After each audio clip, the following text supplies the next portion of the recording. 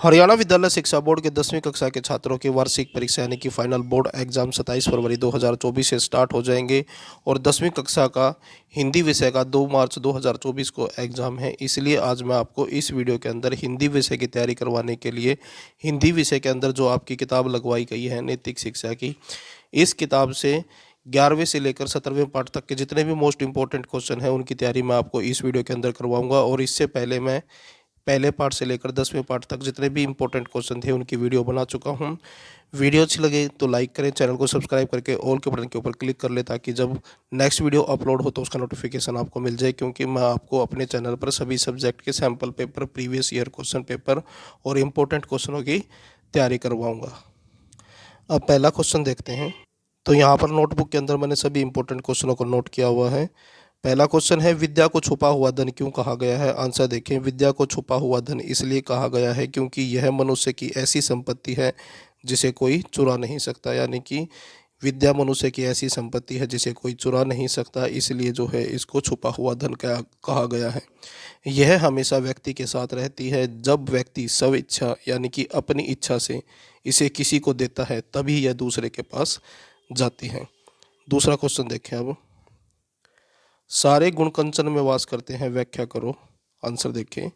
निश्चय ही सारे गुण अर्थात सोने में, यहाँ पर कंचन जो है सोने को बोला गया है।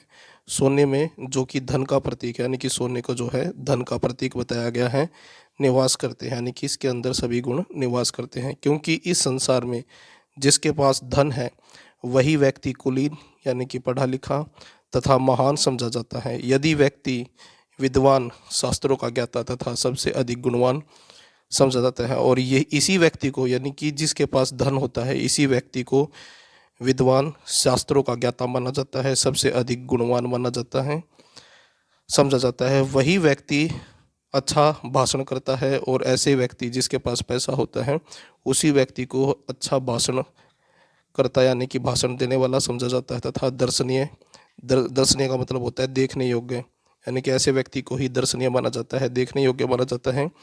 यही नहीं, ऐसे व्यक्ति का सभी सम्मान करते हैं। अतः यह कहना उचित ही है कि सारे गुण कंचन में वास करते हैं। तो इसलिए ये बात कहना ठीक है कि सारे के सारे गुण जो हैं कंचन में वास करते हैं। उसके बाद नेक्स्ट क्वेश्चन देखिए। आपके विचार से एक श्रेष्ठ मित्र में क्या गुण होने चाहिए, यानी कि आपके विचार से एक अच्छे दोस्त के अंदर क्या गुण होने चाहिए? आप में इनमें से कौन से गुण विद्यमान हैं? आंसर देखें। मेरे विचार से एक श्रेष्ठ मित्र में, यानी कि एक अच्छे मित्र में अनेक गुण, जैसे वो हमें पाप कर्मों से बचाने वाला हो, यानी कि पाप करने से बचाए, हमारी भलाई का उपदेश देने वाला हो, यानी कि हमारी भलाई के लिए उपदेश दे हमें, हमारी गुप्त बातों को छुपाने वाला, हमारे गुणों को विशेष रूप से प्रकाशित करने वाला हो, यानी कि आपके जो गुण हैं उसके बारे में बताने वाला हो, विपत्ति के समय यानी कि मुसीबत के समय हमारा साथ न छोड़ने वाला, तथा समय पर धन देकर हमारी सहायता करने वाला हो। मुझ में इनमें से एक दो गुणों को छोड़कर सभी गुण विद्यमान हैं। उसके बाद नेक्स्ट क्वेश्चन देखें। अगला क्वेश्चन है, कवि ने डुबकू डुबकू करनी है काव्यांश का प्रयोग किसके लिए किया है और क्यों? आंसर देखें। कवि ने डुबकू डुबकू काव्यांश, यानी कि काव्यांश का मतलब होता है काव्य के अंश का प्रयोग ऐसे व्यक्ति के लिए किया है जो दूसरे को डुबोने का प्रयास करता है, यानी कि ये बात ऐसे व्यक्ति को बोली गई है जो दूसरे व्यक्ति को डुबाने की कोशिश करता है, प्रयास करता है। कवि ने ऐसा इसलिए किया है ताकि वह दूसरे को नुकसान पहुंचाने वालों तक संदेश पहुंचा सके कि जो दूसरों को डुबाने का प्रयास करेंगे वो स्वयं भी डुबकू करके अंततः, यानी कि आखिरकार डूबना ही पड़ेगा। यानी कि ये कहना चाहते हैं कि जो व्यक्ति दूसरे को डुबाने का प्रयास करता है वह खुद भी डूबेगा। उसके बाद नेक्स्ट क्वेश्चन है क्वेश्चन नंबर 5। कवि ने जिस दुनिया का उल्लेख किया, यानी कि जिस दुनिया के बारे में बताया है उसके सौदे की क्या विशेषताएं हैं? आंसर देखें। कवि ने जिस दुनिया का उल्लेख किया, यानी कि जिस दुनिया के बारे में बताया है उसके सौदे हाथों हाथ होते हैं। ये सौदे एक हाथ दे एक हाथ ले वाले होते हैं, यानी कि ये जो सौदे हैं एक हाथ दे और एक हाथ ले वाले हैं। इन सौदों में न तो देर होती है और न ही अंधेर। ये सौदे पूरी तरह से इंसाफ और न्याय पर आधारित होते हैं। अगला क्वेश्चन देखें। एहसान करने से एहसान मिलता है आपके पास जबकि धन नहीं है, ऐसे में आप देश के प्रति क्या करना चाहेंगे। तो क्वेश्चन में ये बताया गया है कि एहसान करने से एहसान मिलता है, लेकिन जब आपके पास धन नहीं है यानी कि पैसा नहीं है, तो ऐसे में आप देश के प्रति क्या करना चाहेंगे। आंसर देखें। मेरे पास धन नहीं है परंतु धन से भी बढ़कर यानी कि धन से भी बढ़कर अच्छा स्वास्थ्य, मन में उत्साह, मस्तिष्क में ज्ञान और हृदय में साहस है। मैं अपनी इस संपत्ति से देश के लिए बहुत कुछ कर सकता हूँ। मैं अपनी भुजाओं के बल पर देश की सीमाओं की रक्षा कर सकता हूँ। अपने उत्साह एवं ज्ञान के बल पर नए नए अनुसंधान यानी कि नई नई खोज कर सकता हूँ। अज्ञानता को समाप्त करने की दिशा में कदम बढ़ा सकता हूँ। मैं अपने देश के लिए यह सब कुछ करना चाहूँगा। उसके बाद नेक्स्ट क्वेश्चन देखें। नेक्स्ट क्वेश्चन है क्वेश्चन नंबर 7। राष्ट्रीयता का सबसे बड़ा गुण क्या है। राष्ट्रीयता, आंसर देखें। राष्ट्रीयता का सबसे बड़ा गुण यह है कि वह देशवासियों में के हृदय में देश प्रेम की भावना को जगाती है। यानी कि यहाँ पर राष्ट्रीयता का मतलब है देशवासियों के मन में देश प्रेम की भावना को जगाना। जब देश के लोग अपने देश को प्रेम करने लगते हैं तब निश्चय ही उस देश की राष्ट्रीयता का विकास सभी क्षेत्रों में होगा। यानी कि जब किसी देश के लोग अपने देश से प्यार करने लगते हैं तो अवश्य ही जो राष्ट्रीयता है वो देश के सभी क्षेत्रों में विकास करेगी। वे राष्ट्र के लिए हंसते हंसते अपना सर्वस्व यानी कि अपना सब कुछ अर्पित यानी कि न्यौछावर कर देते हैं। उनके मन से संकीर्णता यानी कि छोटी सोच एवं स्वार्थता यानी कि स्वार्थ का लोप हो जाता है। लोप मतलब खत्म हो जाता है, यानी कि उनकी छोटी सोच और जो उनका स्वार्थ है वो समाप्त हो जाता है। उसके बाद नेक्स्ट क्वेश्चन देखें। नेक्स्ट क्वेश्चन है राष्ट्रीयता के विकास में राष्ट्र नायकों की क्या भूमिका है। यानी कि राष्ट्रीयता के विकास में जो राष्ट्र नायक है उनकी भूमिका के बारे में बताना है। आंसर देखें। राष्ट्रीयता के विकास में राष्ट्र नायकों की भूमिका अत्यंत महत्वपूर्ण है, अत्यधिक महत्वपूर्ण है, क्योंकि जिस देश को सही दिशा निर्देश देने वाले राष्ट्र नायकों का नेतृत्व मिलता है वहाँ पर सामान्य जन भी उससे प्रेरित होकर राष्ट्रीयता की विकास करने में लग जाते हैं। तो यहाँ पर यह बताया गया है कि राष्ट्रीयता के विकास में राष्ट्र नायकों की भूमिका जो है सबसे महत्वपूर्ण होती है, क्योंकि जिस देश के अंदर ऐसे राष्ट्र नायक है जो सही दिशा निर्देश अपने देशवासियों को देंगे तो जन सामान्य यानी कि जो आम आदमी है वो भी राष्ट्र के विकास में लग जाते हैं। भारतीय स्वतंत्रता आंदोलन में जिस राष्ट्रीयता का विकास हुआ उसका नेतृत्व करने वालों में महात्मा गांधी, सरदार पटेल, शहीद भगत सिंह, भीमराव अंबेडकर, सुभाष चंद्र बोस, वीर सावरकर आदि का नाम लिया जाता है। यानी कि ये वो राष्ट्र नायक हैं जिन्होंने राष्ट्रीयता को बढ़ावा दिया था, यानी कि देश प्रेम की भावना को बढ़ाया था। अगला क्वेश्चन है मानवता शब्द का अर्थ स्पष्ट करो। आंसर देखिए। मानवता शब्द का अर्थ है मानव होने का भाव। यानी कि मानवता का मतलब होता है कि मानव होने का भाव। केवल देह धारण करने से यानी कि केवल शरीर धारण करने से मानवता नहीं मिलती, यानी कि मानवता की सिद्धि नहीं होती। जाति उसके लिए मानवीय सद्गुणों का वर्ण यानी कि धारण करना आवश्यक है। तो यहाँ पर यह बताया गया है कि मानवता शब्द का मतलब ये है कि जो मानव के अंदर जो भाव होते हैं मानवता वाले, यानी कि ऐसा व्यक्ति जो दूसरे की भलाई के बारे में सोचे उसको जो है मानवता कहते हैं। केवल मानव देह यानी कि केवल इंसानी शरीर धारण कर लेने से जो है मानवता नहीं मिलती है। इसके लिए मानवीय सद्गुणों का वर्ण करना आवश्यक है। यानी कि जो मानवीय सद्गुण हैं मानवता के लिए जो अच्छे गुण हैं उनको धारण करना जरूरी है। वर्ण का मतलब होता है धारण करना, जिससे मनुष्य की मनुष्यता प्रमाणित होती है। यानी कि इससे ही जो है मनुष्य की मनुष्यता प्रमाणित होती है, यानी कि सिद्ध होती है। मानवता व्यक्ति की आदर्श आचार संहिता है। अगला क्वेश्चन देखें। जागा सो पाया, सोया सो खोया। युक्ति का अर्थ स्पष्ट करें। यानी कि युक्ति का मतलब होता है कथन। जागा सो पाया, सोया सो खोया। युक्ति यानी कि पंक्ति का अर्थ है कि जो जागता है अर्थात संघर्ष करता है, मेहनत करता है, परिश्रम करता है, वही सफलता प्राप्त करता है। इसके विपरीत जो सोता है, विपरीत का मतलब उल्टा, जो सोता है, संघर्ष व मेहनत से बचता है, यानी कि संघर्ष और मेहनत नहीं करता है, वह अपना सब कुछ खो देता है। अगला क्वेश्चन देखें, मानवता की सच्ची परख किन परिस्थितियों में होती है? आंसर देखें, मानवता की सच्ची परख विपरीत यानी कि मुश्किल परिस्थितियों में होती है। केवल वाणी के सतर पर मानवता का स्वांग भरना कुचेष्टा, यानी कि केवल कहकर मानवता का स्वांग करना ये एक कुचेष्टा यानी कि बुरा प्रयास है।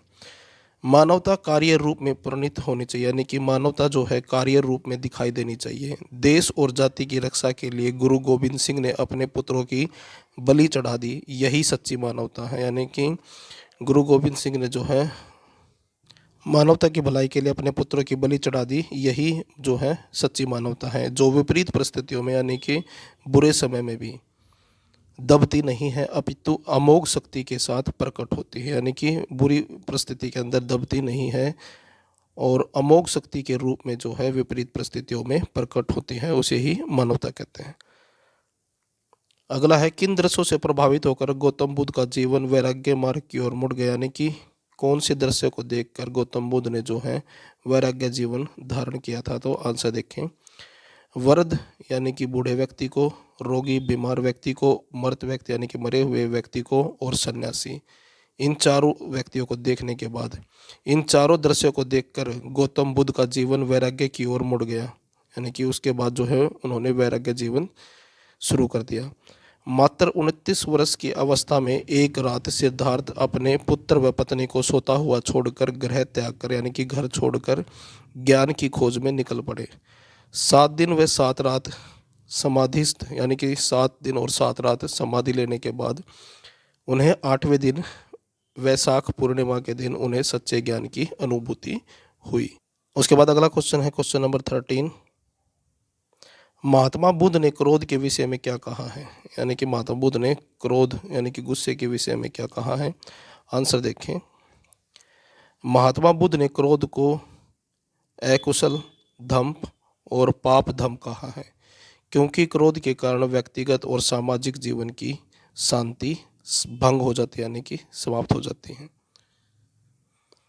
अगला क्वेश्चन देखिए, अगला क्वेश्चन है, महात्मा बुद्ध के अनुसार सच्चा ज्ञानी कौन है? आंसर देखें, महात्मा बुद्ध के अनुसार सच्चा ज्ञानी वह है जो जीवन में सीखी बातों पर अमल करता है। यहाँ पर आएगा, सीखी बातों पर अमल करता है, यानी कि सच्चा ज्ञानी वही व्यक्ति होता है जो चीज़ें उसने सीखी हैं उसके ऊपर वो अमल करे, यानी कि अपने जीवन में धारण करें, अपनाए। सच्चा ज्ञानी अपने ज्ञान के अनुसार कर्म करते हुए क्रोध को अक्रोध से, बुराई को अच्छाई से, अनुदारता को उदारता से और असत्य को सत्य से जीत लेता है। ऐसे व्यक्ति को ही सच्चा ज्ञानी कहते हैं। अगला क्वेश्चन है, कहीं पहुंचना है तो चलना होगा का भाव स्पष्ट करो। यानी कि अगर आप सफलता पाना चाहते हैं तो उसके लिए मेहनत करनी होगी। आंसर देखें, कहीं पहुंचना है तो चलना होगा, यानी कि कहीं पहुंचना चाहते हैं तो उसके लिए आपको चलना होगा। यह भाव यह है कि जीवन में सीखी हुई बातों का प्रभाव तभी पड़ता है जब उन पर अमल किया जाए। ज्ञान के अनुसार कर्म न होने पर व्यर्थ है, यानी कि जो आपको नॉलेज है अगर उसके अनुसार आप काम नहीं करेंगे तो वो जो ज्ञान है वो आपके लिए व्यर्थ है। उसके बाद नेक्स्ट क्वेश्चन है क्वेश्चन नंबर 16, अपने स्वाभाविक शत्रु से संकट में किया गया समझौता मित्रता का आधार बन सकता है? से उदाहरण बताएं। तो क्वेश्चन के अंदर ये पूछा गया है कि जो स्वाभाविक शत्रु यानी कि बाय नेचर जो शत्रु है, दुश्मन है, उसके साथ संकट के समय यानी कि विपरीत परिस्थिति के अंदर उसके साथ समझौता किया गया है, क्या वो मित्रता का आधार बन सकता है? उदाहरण सहित बताएं। आंसर देखें, अपने स्वाभाविक शत्रु से संकट में किया गया समझौता मित्रता का आधार नहीं बन सकता है, क्योंकि स्वाभाविक शत्रुओं के मुख्य भाव, यहाँ पर मुख्य नहीं आएगा, मुख्य भाव शत्रुता का ही होता है, यानी कि जो मुख्य भाव होता है वो शत्रुता का ही होता है। जैसे कि यहाँ पर जो है बिलाव की और चूहे के बारे में बताया गया है कि जो बिलाव होता है वो चूहे का बाय नेचर यानी कि स्वाभाविक शत्रु होता है। मुसीबत के समय पर ये दोनों जो हैं मित्रता कर लेते हैं, लेकिन अगर बिलाव को मौका मिलेगा तो वो चूहे को तुरंत खा जाएगा मार के, क्योंकि वो उसका स्वाभाविक शत्रु है। तो इसी चीज़ के बारे में यहाँ पर बताया गया है। मित्रता शत्रु जो मुख्य भाव होता है वो शत्रुता का होता है, मित्रता का नहीं होता है। संकट कुछ समय के लिए शत्रुता के भाव को दबा सकती है, यानी कि जो संकट है, मुसीबत है जो है, वो शत्रुता के भाव को कुछ समय के लिए तो दबा सकती है, परंतु हमेशा के लिए मिटा नहीं सकती। लेकिन हमेशा के लिए ये भाव जो है मिटेगा नहीं। लोमेश बिलाव की पलित चूहे से मित्रता संकटकालीन मित्रता ही थी, यानी कि जो बिलाव था, लोमेश बिलाव, उसकी पलित चूहे के साथ जो मित्रता हुई थी, जो दोस्ती हुई थी, वो संकट के समय पर की गई मित्रता थी। संकट समाप्त हो जाने के बाद, यानी कि जब संकट चला जाएगा, टल जाएगा, जाने पर यदि पलित चूहा लोमेश बिलाव के पास चला जाता है, यानी कि संकट खत्म होने के बाद अगर चूहा बिलाव के पास जाता है तो वह उसके प्रति अपने स्वाभाविक शत्रुता भाव के कारण उसे अवश्य ही मारकर खा जाएगा। उसके बाद अगला क्वेश्चन देखें, क्वेश्चन नंबर 17। मित्रता या शत्रुता स्थायी नहीं होती। अगला क्वेश्चन है, मित्रता या शत्रुता स्थायी नहीं होती है, इस विचार से आप कहाँ तक सहमत हैं? यानी कि जो दोस्ती है और जो दुश्मनी है वो स्थायी नहीं होती। अपन इस विचार से आप कहाँ तक सहमत हैं? आंसर देखें। मित्रता या शत्रुता स्थायी नहीं होती है, यानी कि हमेशा के लिए नहीं होती हैं। हम इस विचार से पूरी तरह से सहमत हैं। इस विषय में हमें पलित चूहे के कथन से पूरी तरह सहमत हैं कि मित्रता तभी तक निभती है जब तक कि स्वार्थ से विरोध नहीं आता। मित्र वही बन सकता है जो कुछ काम आ सके तथा जिसके मरने से कुछ हानि हो। स्वार्थ की अनुकूलता और प्रतिकूलता से ही मित्रता और शत्रु बनते हैं। समय के फेर से कभी मित्र भी शत्रु बन जाते हैं तथा कभी शत्रु भी मित्र बन जाते हैं। तो यहाँ पर जो है कहानी के अनुसार यह बताया गया है कि मित्रता और शत्रुता जो है स्थायी नहीं होती हैं। जब बुरा समय आए उस समय पर अपने स्वार्थ के लिए जो है शत्रु के साथ भी मित्रता की जा सकती है, और स्वार्थ खत्म होने पर जो है मित्र भी शत्रु बन सकते हैं। अगला क्वेश्चन देखिए। अगला क्वेश्चन है 18वां क्वेश्चन। सृष्टि के नियम चक्र को समझाने की क्या आवश्यकता है? आंसर देखें। सृष्टि के नियम चक्र को समझाने की बहुत बड़ी आवश्यकता है। प्रकृति को परमात्मा ने जिस यज्ञ भाव से, यानी कि अच्छे भाव से सृष्टि बनाई है और यह चल रही है, उसी यज्ञ भाव से मनुष्य इसे मानकर इसका प्रयोग करेगा तो कठिनाई नहीं होगी। शरीर का संचालन परमात्मा की शक्ति से है। शरीर के नियम संयम में ही रखा तो अच्छा, यानी कि अगर हम अपने शरीर को नियम से और संयम से रखते हैं तो ही अच्छा है, अन्यथा कठिनाइयाँ होगी। अगला क्वेश्चन देखिए, क्वेश्चन नंबर 19। नियम संयम हर क्षेत्र में क्यों आवश्यक है? यानी कि नियम और संयम, संयम का मतलब होता है पेशेंस, यानी कि धैर्य। आंसर देखें। नियम और संयम हर क्षेत्र में इसलिए आवश्यक है क्योंकि नियम और संयम हर क्षेत्र को सुचारू रूप से व्यवस्थित तरीके से समस्याओं का समाधान करते हुए चलाने में सहायक है। स्वयं प्रकृति भी अपना संचालन नियम व शांति पूर्वक करती है। अतः मनुष्य के लिए भी हर क्षेत्र में नियम और संयम आवश्यक है।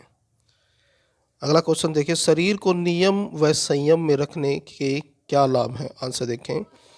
शरीर को नियम व संयम में रखने के निम्नलिखित लाभ हैं। पहला है, शरीर नियम व संयम पूर्वक होने पर सदैव स्वस्थ रहता है, यानी कि शरीर को अगर हम नियम से और संयम पूर्वक रखते हैं तो हमारा शरीर हमेशा स्वस्थ रहेगा। शरीर नियम व संयम पूर्वक होने पर गतिशील रहता है।